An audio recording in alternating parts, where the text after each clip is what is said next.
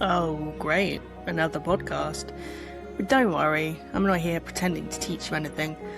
I'm here to dismantle what you've been told is the absolute only way to do things and ask, who told you that? Why did they tell you that? Does it actually work? I'm Kelly.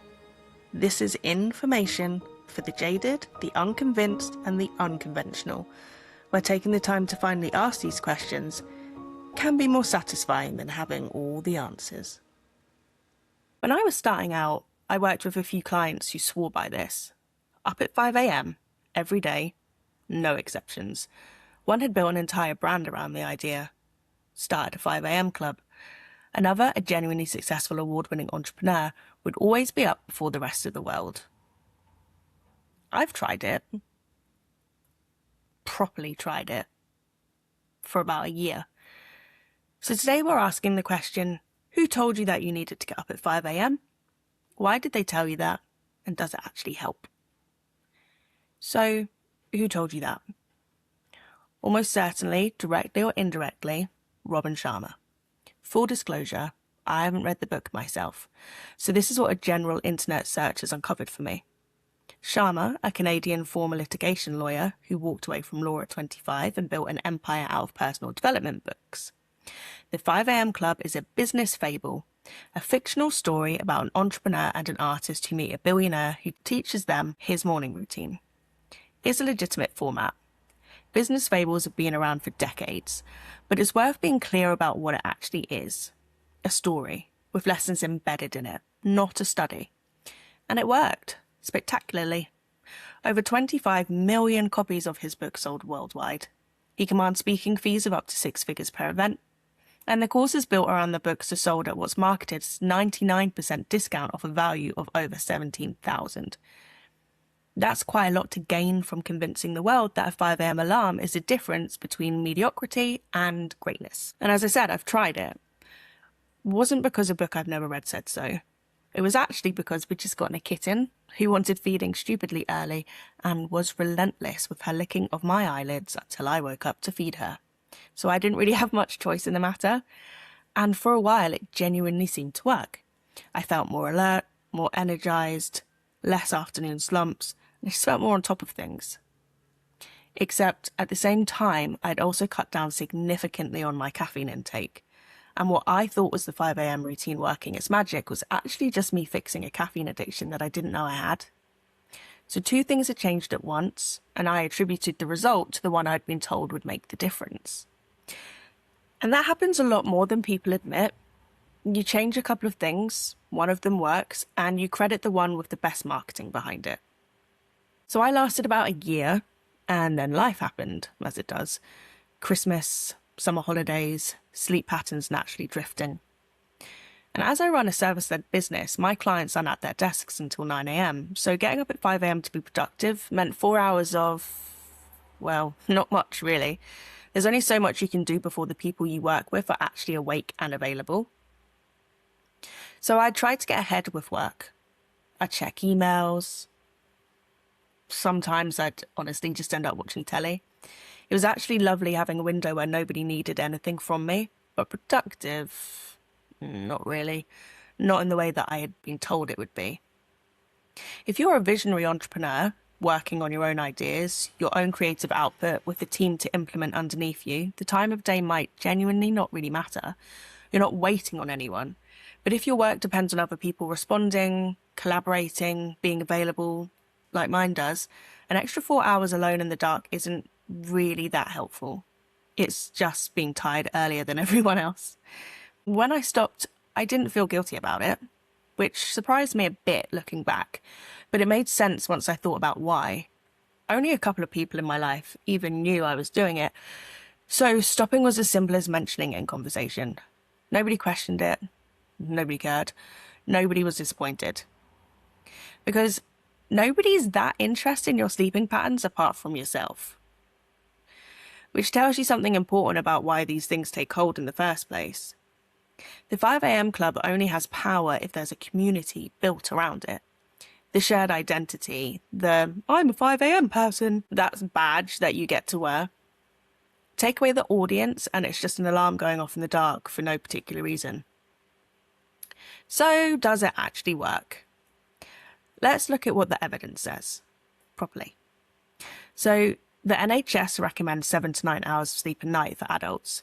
If you need 8 hours and you're getting up at 5 a.m, you need to be asleep by 9 p.m.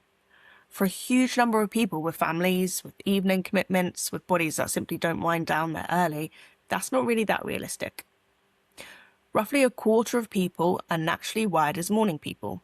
Your chronotype, whether you're naturally inclined to be sharp in the morning or the evening, is largely genetic.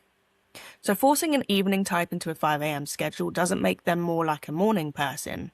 It tends to just result in less sleep, more fatigue, and a worse mood.